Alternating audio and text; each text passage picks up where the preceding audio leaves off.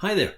In this video we're going to be using the phet simulations again. In fact, the same one as in the last two videos, the Circuit Construction Kit DC Virtual Lab, in order to look at the voltage in a series and parallel circuit. Now, it should take less time to build these circuits because when we were measuring current, we had to leave a gap in order to place our ammeters. That's not quite the case in this one. So if we can remember that ammeters have to be placed in series in order to measure current, but here we actually place the voltmeters in parallel. Because of that, it should take me a lot less time to build each of the three circuits that I'm going to build in this video. We're almost there already. So this is our series circuit, 2 lamps, although I could have used resistors, and basically at this point each of these lamps I've set the resistance to 10 ohms. So 10 ohms on the left, 10 ohms on the right, and I'll tell you as well that the supply voltage is set to 9 volts. Now, let's drag our voltmeter. Unfortunately, we can only actually get 1 voltmeter in this simulation.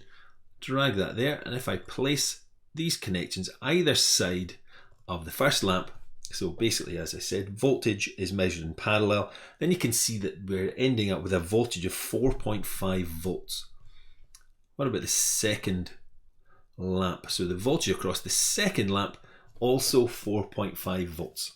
So first thing we can see, in a series circuit, voltage splits, which is completely different to current. Remember, in a series circuit, the current is the same at all points in the circuit, whereas here, the voltage is splitting. Now, next thing I'm going to do, I'm actually going to increase the resistance of one of these lamps to 20 ohms. And you can see now that I'm ending up with a voltage of 6 volts across that resistor. Now, with a supply voltage of 9 volts, hopefully we should work out that the voltage across the first lamp then should be 9 minus 6, should be 3 volts. So it actually ends up that the component with the larger resistance has the higher voltage across it. So this one has a resistance of 10 ohms and a voltage of 3 volts. And the one with the higher resistance, that's the one on the right, so it has a resistance of 20 ohms, has a higher voltage of 6 volts. In fact, it has twice the resistance and twice the voltage. Now, there is an equation within the relationship sheet which actually allows us to work out this relationship between voltages and resistances. Now, what I'll do now then is I'll build a parallel circuit. But just to sum up what we've just seen, in a series circuit, the voltage is splitting, and also within a series circuit, the component with the largest resistance will actually end up with a larger share of the voltage. Right, we're almost there. Just remember, of course, when we're talking about the electrical current in a parallel circuit, which is what I'm building now, it would end up that the current actually splits in parallel.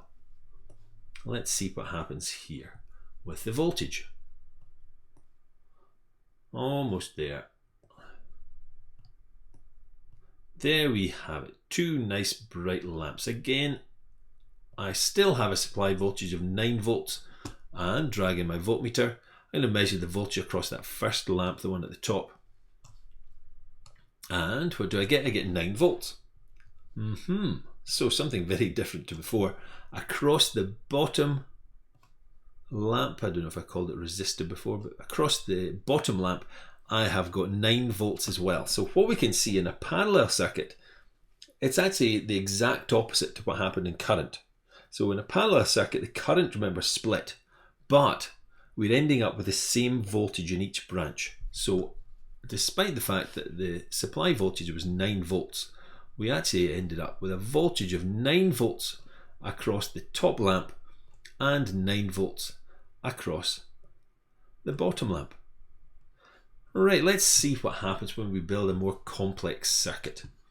So what I'm going to do is I'm going to have 2 lamps in series, like so, and another 2 lamps in parallel.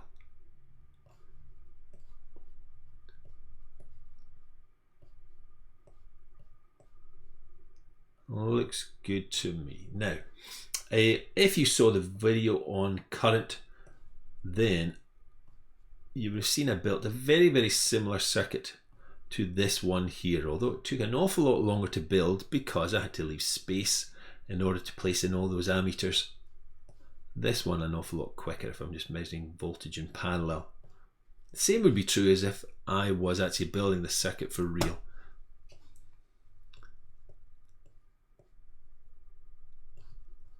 Okay, almost there.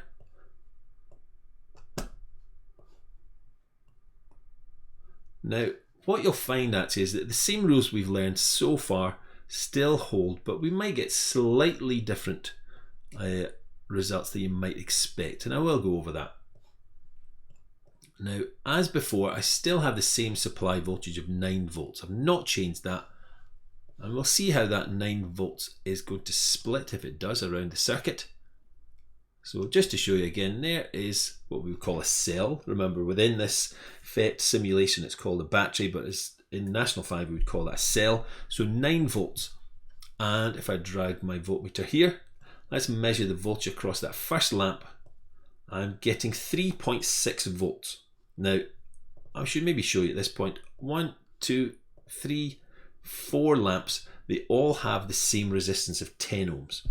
So I'm getting 3.6 volts across the first lamp, across the second lamp. Let's see, I'm also getting, I would imagine, yes, 3.6 volts.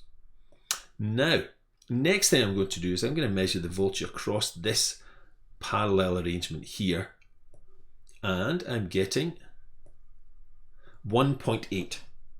So in fact, the 9 volts is splitting 3.6 across this lamp, 3.6 across this lamp, and 1.8 across this parallel arrangement.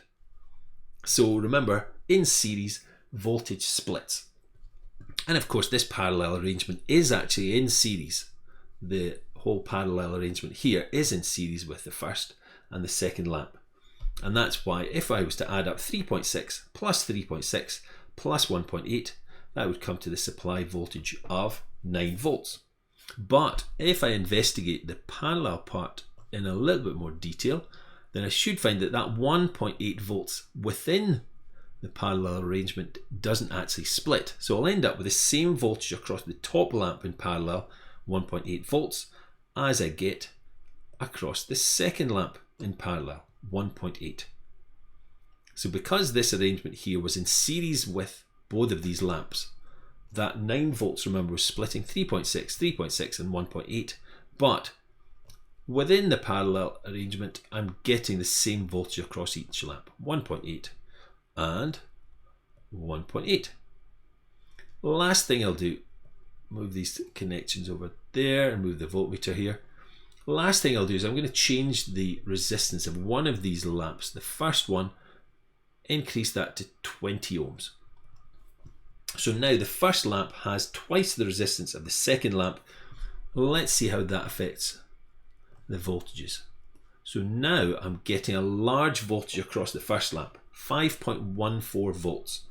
Across the second lamp, I would imagine I would get half of that, because of course this one has a resistance of 10, the first one has a resistance of 20. So the lamp with the larger resistance has the larger voltage across it. Remember, we said across the first one, 5.14. Across the second one, 2.57, that's half the voltage because it has half the resistance. Across this parallel arrangement, I'm getting a voltage of 1.29. But when we investigate again the parallel arrangement and we measure actually the voltage across the first lamp at the top in parallel, that's 1.29 volts.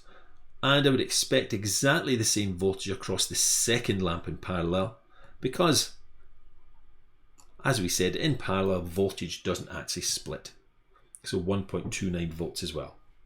And that's us. Now, of course, remember, if there are any questions, this is a tricky concept, then of course you can ask any questions within the comments. So why not try this yourself, this phet animation circuit construction kit, and measure voltages at various points within series circuits, parallel circuits, and a circuit like this, a complex circuit as well. and see how you get on. But again, we'll see you in the next video.